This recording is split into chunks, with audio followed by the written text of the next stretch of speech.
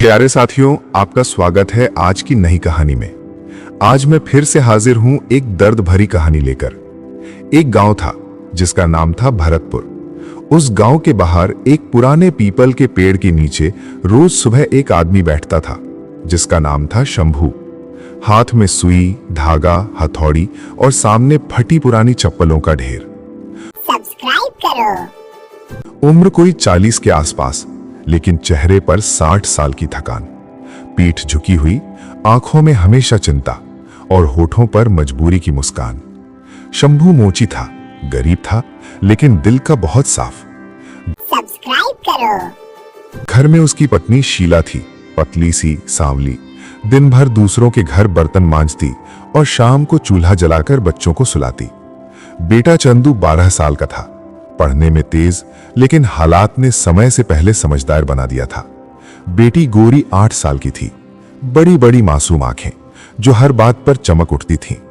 उस सुबह शंभू पेट की जलन के साथ उठा, क्योंकि कल पूरा दिन बैठने के बाद भी सिर्फ 2 चप्पल सिलने का काम मिला था। सब्सक्राइब करो। शीला ने लोटे में थोड़ा पानी दिया और बोली, भगवान कुछ ना कुछ जरूर करेगा। शंभू हल्की हंसी हंस दिया और बोला, भगवान भी रोज कैसे करेगा शीला। तभी गोरी आई और बोली, बाबा, मास्टर जी ने कहा है कल फीस लानी है। शंभू ने आंखें झुका ली और कहा, देखेंगे बिटिया। चंदू चुप था, अपनी फटी चप्पल को देख रहा था। सब समझते हुए भी कुछ नहीं बोला।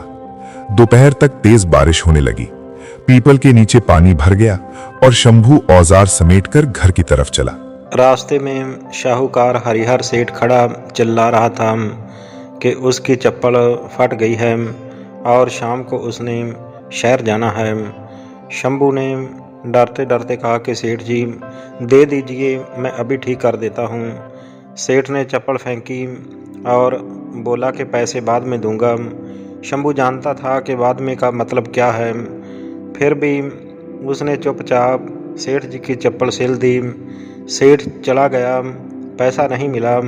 रात को घर में सिर्फ एक सूखी रोटी थी। शीला ने आधी आधी तोड़ दी। गौरी ने पूछा कि अम्मा, आप क्यों नहीं खा रही हो।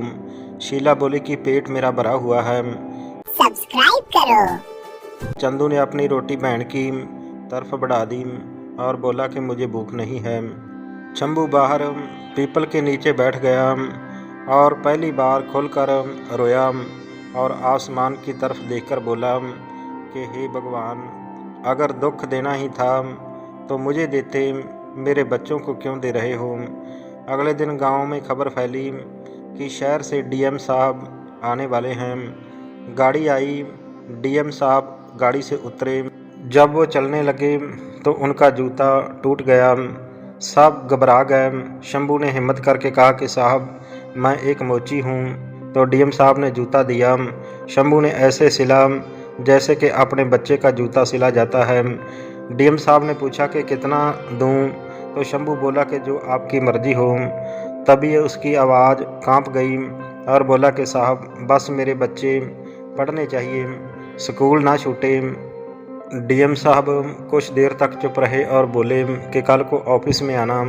अगले दिन शंभू को सरकारी जूता मरम्मत करने का काम मिला। बच्चों की फीस माफ़ हो गई और शीला को काम मिल गया। पहली बार घर में सब्जी बनी। गौरी बोली कि बाबा, आज तो खाना कितना अच्छा है।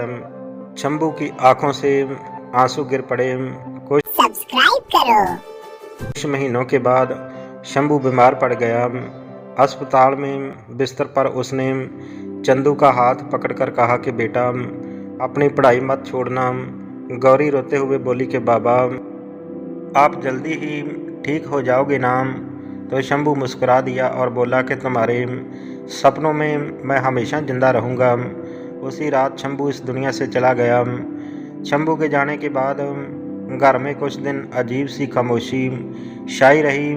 पीपल के पत्ते भी जैसे धीरे धीरे हिल रहे हों, मानो कि किसी की कमी को वो महसूस कर रहे हों। तो शीला हर सुबह उठकर सबसे पहले उसी पीपल के पेड़ की तरफ देखती जहाँ के शंभू बरसों बैठा करता था। कभी कभी उसे लगता कि जैसे अभी भी वो शंभू मुझे आवाज़ लगाएगा कि शीला, जरा औजार तो देना। पर आवाज़ अब नहीं आती थी, बस शीला की आंखें भीग जाती हैं। चंदू भी अब जल्दी बड़ा हो गया था, किताबें हाथ में होती लेकिन दिमाग में बाबा की वो बातें गूंजती रहती कि ईमान मत छोड़ना बेटा। गौरी रात को सोते वक्त तकिए के नीचे अपने पिता शंभू की पुरानी हथौड़ी को रखती थी, जैसे उससे उसे ताकत मिलती हो। गांव वाले कहते थे कि शंभू तो चला गया है पर उसका नाम दुनिया में रह गया। कई बार कोई गरीब आदमी फटी चप्पल लेकर आता और पैसे देने की कोशिश करता तो शीला उसे मना कर देती और कहती कि शंभू अगर होता तो क्या तुम पैसे देते। धीरे धीरे वह छोटी सी दुकान गांव की एक पहचान बन गई। एक दिन वही डीएम साहब दोबारा उसी गांव में आए तो इस बार बिना गाड़ी के सीधे पैदल उन्होंने दुकान देखी, नाम पढ़ा और कुछ देर तक वहीं चुप खड़े रहे।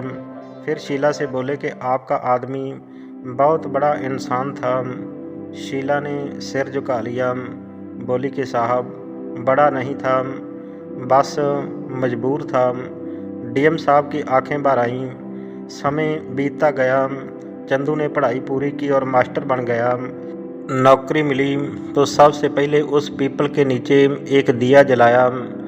गौरी जब नर्स बनी तो अपनी पहली सैलरी से बच्चों के लिए चप्पल खरीदी और उस चप्पल पर लिखा शंभू मोची की तरफ से। गांव के बच्चे अब नंगे पैर स्कूल नहीं जाते थे। बरसात में जब कीचड़ होता तो लोग कहते कि आज शंभू होता, तो ये सब कुछ देखकर बहुत खुश होता। एक दिन गौरी ने शीला से पूछा कि अम्मा, बाबा को सबसे ज़्यादा खुशी कब हुआ करती थी? तो शीला बोली कि जब कोई पैसे देने की बजाय उसे दुआ देकर जाता था।